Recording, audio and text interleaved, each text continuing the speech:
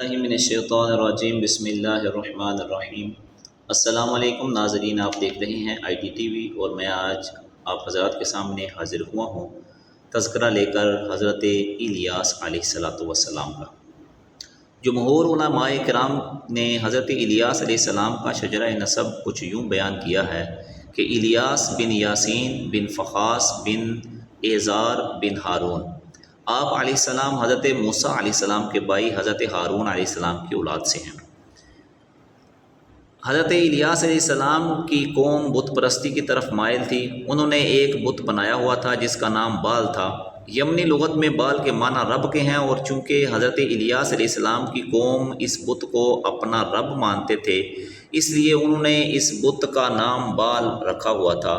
اس بت کی لمبائی 30 فٹ تھی، وہ سونے کا بنا ہوا تھا اور اس کے 4 منہ تھے۔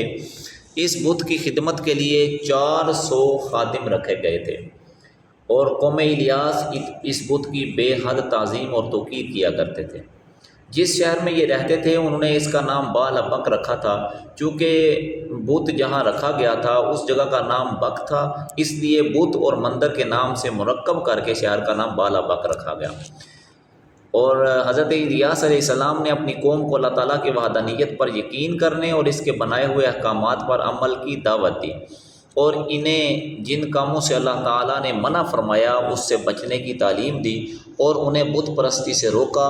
آپ علیہ السلام نے اپنی قوم سے فرمایا کہ یہ بت تمہیں کچھ نہیں دے سکتے، اپنی حاجت اپنے رب سے طلب کرو، اس کی عبادت کرو جو تمہیں پیدا کرنے والا ہے۔ قرآن پاک میں اللہ تعالیٰ نے حضرت الیاس علیہ السلام کو اعلیٰ درجے کا کامل مومن قرار دیا، اور ساتھ ہی یہ بھی ارشاد فرمایا کہ یہ وہ پیغمبر ہیں جن کا ذکر اور چرچا اور جس کی تعریف رہتی دنیا تک جاری رہے گی۔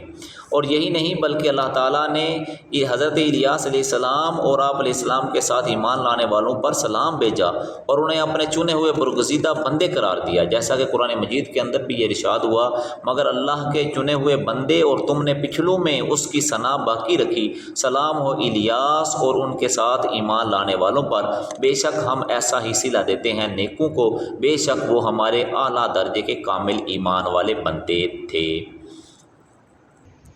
حضرت کعب احبار رضی اللہ تعالیٰ عنہ سے مروی ہے کہ 4 انبیاء کرام زندہ ہیں، 2 زمین پر یعنی الیاس اور حضرت خضر علیہ السلام، اور 2 آسمانوں پر حضرت ادریس اور حضرت عیسیٰ علیہ السلام۔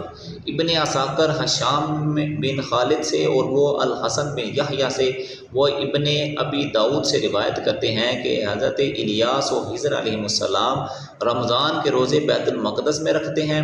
دونوں کی ہر سال حج کے موقع پر ملاقات ہوتی ہے۔ زمزم سے صرف ایک دفعہ پانی پیتے ہیں جو پورا سال ان کے لیے کافی رہتا ہے۔ نبی کریم صلی اللہ تعالیٰ علیہ وسلم سے ملاقات کے بارے میں امام بہقی کی روایت کردہ حدیث میں مذکور ہے کہ حضرت انس بن مالک رضی اللہ تعالیٰ عنہ فرماتے ہیں کہ ایک سفر کے دوران حضرت الیاس علیہ السلام کی ملاقات نبی کریم صلی اللہ علیہ وسلم سے ہوئی۔ آسمانوں سے اللہ تعالیٰ نے کھانا نازل فرمایا، دونوں نے مل کر وہ کھانا تناول فرمایا۔ اس کھانے میں روٹی، مچھلی، اجوائن نازل کی گئی۔ اللہ تعالیٰ جل وعلا کی بارگاہ میں دعا ہے کہ جو تذکرہ ہم نے حضرت الیاس علیہ السلام کا سنا، اس کو سمجھ کر اس پر اللہ کریم جل وعلا کا شکر گزار بندہ بننے کی ہمیں توفیق مرحمت فرمائے۔ اللہ کریم جل وعلا اپنے تمام انبیاء کرام علیہم السلام کی ہمارے دلوں کے اندر محبت پیدا فرمائے۔ اللہ کریم جل وعلا ہم سب کا حامی و ناصر ہو۔ وآخر دعوانا الحمد للہ رب العالمین۔